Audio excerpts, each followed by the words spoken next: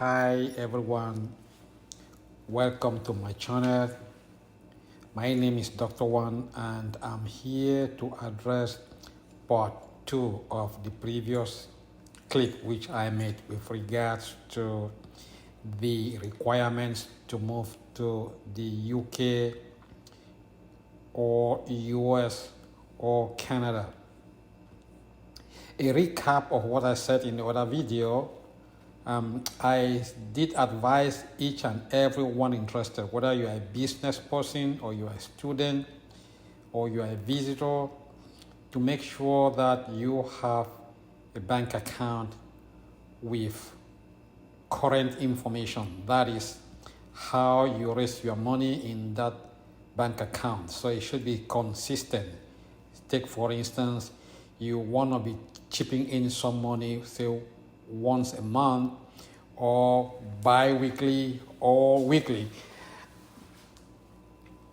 And I did say that the amount should be reasonable and also consistent. Take, for instance, if you want to chip in, say, 100,000 every month, then it should remain that same amount, or say 90,000 or 110,000. The difference should not be that alarming that will raise concern when it comes to screening for your visa. Yeah, so having said that, the next step now would be for students. So this video now is particularly for students. And then the next one will be for business people, as I promised you. Now, we are dealing with 3 countries here, or call it 2 continents, Europe and North America. For those of you planning to move to the UK or Ireland, they are English-speaking country that, for instance, UK actually colonized African countries. Therefore, the educational system is not that different from that of the UK. There are some slight differences. So your training in your country of origin, say for instance you have an HND or you have a degree, they will likely accept it in the UK without creating so much trouble. Whereas in the US and Canada, they don't recognize those things, so you will need to get something equivalent to Canadian. So having said that, I'm going to explain now in detail what do I mean. Take, for instance, you study in, say, Nigeria or Cameroon or any English-speaking country, and you obtain, say, an advanced level or a degree. So the first thing to do will be to go online on your own. You don't really need to contact someone and get the admission in the UK. Or if you have a relative in the UK, then that's fine. You simply contact this person in the UK to get for you admission. Once this person gets for you admission, we call it conditional admission, meaning that there are some conditions that you have to abide to. You need to meet those conditions. So they will give you that conditional admission letter that enables you to go to the embassy and get your visa. The school or the institution will tell you exactly what they need. I know usually they ask you to pay a tuition fee for at least 1 semester to guarantee your place. Some might even ask you 1 full year, which makes some sense. You need to actually convince the school that you are able to pay for your tuition fee while in the UK. You are not going to record to state's fund, because the government will not be happy to bring in an immigrant who is not able to take care of him or herself. So that's why they stick on all these things. Once you meet the condition requested by the university or the academic institution, they will issue you this letter. And once you get this letter, now you attach it to your bank credential, or call it your movement in your account, the one that I said in video before. That's in part 1 of my video. That bank account is very important at this stage. So you now have your bank account, which you created 6 months ago, plus the admission letter from the UK. You take it now to the embassy, and that should be fine. They won't reject you a visa to move to the UK as a student. So that's what you have to do. The key thing here again is the bank account, which I advise you to do, and then admission in any school in the UK. Say, for instance, you have an uncle there, or a relative or a friend of yours can equally get this admission for you and send to you the admission letter. You now go to the embassy and get it. Now, before going to the embassy, they will ask you a bank statement, and that's why I insisted on creating a bank account in the first video. So if you meet these 2 conditions, you should be happy now to prepare for your interview. I will prepare another one for the interview, how interview normally look like. It is not an easy thing. It's not an easy procedure. So please be prepared to follow up my next video that explains frequently asked questions. Frequently asked questions are simulated questions that immigration officer will ask you the day you go for your interview in the embassy. So I'm preparing another video for that. It will be a follow-up. So you now have in hand the video for the bank statement, how to prepare it. Now, this video now for your admission to the university or academic institution. And the next one will be during that interview at the embassy. What they will ask you, I'm going to prepare as many questions as possible for you to prepare them before you face the immigration officer at the embassy of your choice. So that's it for the UK. Now, let's move to North America. How is the story? In North America, things are slightly different here. Even though you speak English, that doesn't mean that you get a visa as easy as it is or getting admission in any institution.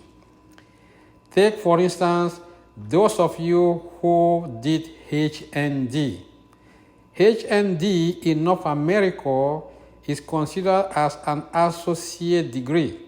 It is not a full-fledged degree as we consider here.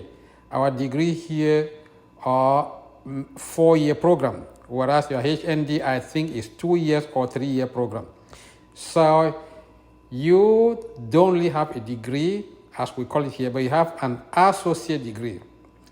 Now, having said that, you will have to apply to these names I'm going to give. There are 3 names here, or call it qualified bodies, that they will give you an equivalent.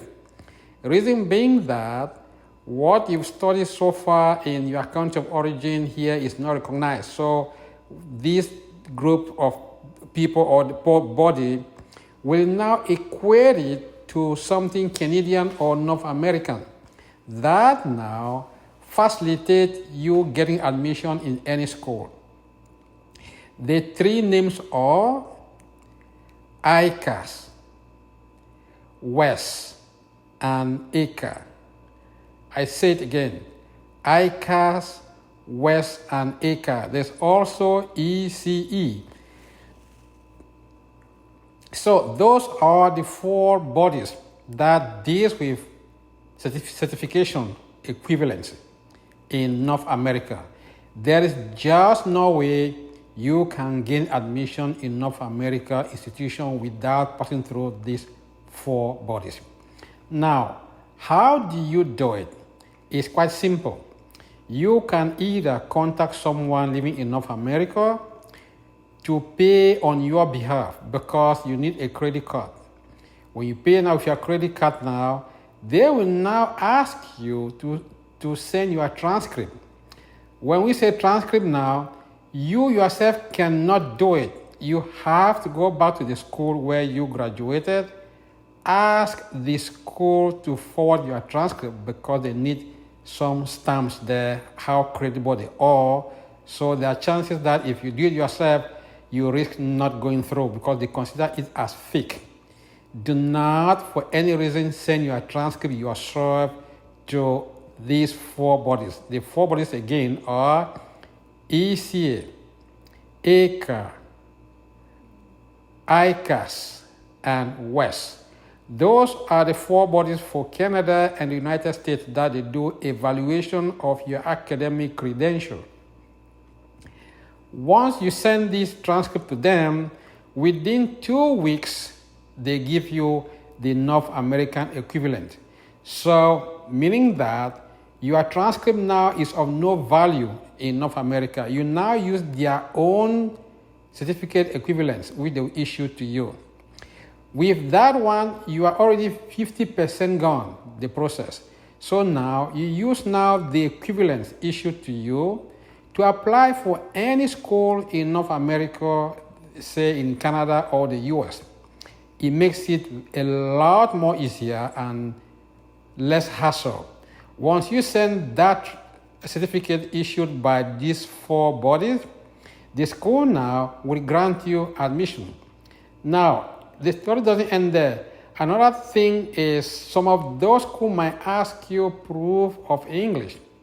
You need to convince them that you can communicate in English.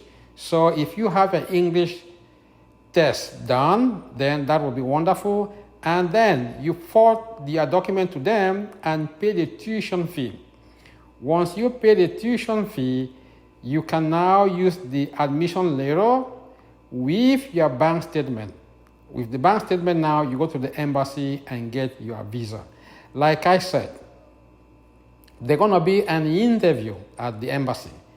I'm going to produce another video for that in order for you to find it easy to go through the procedure, because I don't want you to go to the embassy and get frustrated. Those guys at the embassy, they are psychologists. They know what they are doing, so they can kick you out without you even realizing it. So my next video will be on how to face an immigration officer in the embassy. I will bring out so many questions that they ask usually, and you just need to revise those questions and go for the interview, and things will be fine. So those are the information I have for you for students who want to study in Canada, United States, and the UK. That's it. If you have any question, please feel free to phone me. Feel free to respond to this video by asking questions, and I will answer you. A recap of what I've just said. If you have planned to study in the United States, Canada, and the UK, then you have to do what we call admission. Admission in the UK is straightforward because UK colonized African countries, so they easily accept your transcript without any trouble.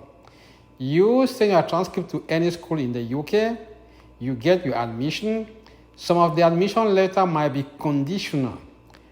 So now you go to the embassy now and prepare for another phase we call an interview, which I will guide you. Whereas for Canada and the US, they will not accept your transcript from the Cameroons or from Nigeria. You need to get what we call the Canadian or North American equivalent. That equivalent can be obtained only from the following 4 bodies. We call them ICAS, WES, ACA, and ECE. So those are the 4 bodies that will give you the equivalents for you to get admission in any school in North America. And once you get this admission in North America, I'm going to prepare you now for the interview. That will go so well because the question which I'm to prepare now are the question that they will ask you during the interview. So prepare for the next video and get ready for the information for those questions, revise them before you face the immigration officer. Good luck in your application, and once more, I'm Dr. WAN. Thank you so much for following up, and I wish you all the best. Feel free to contact me. Ciao.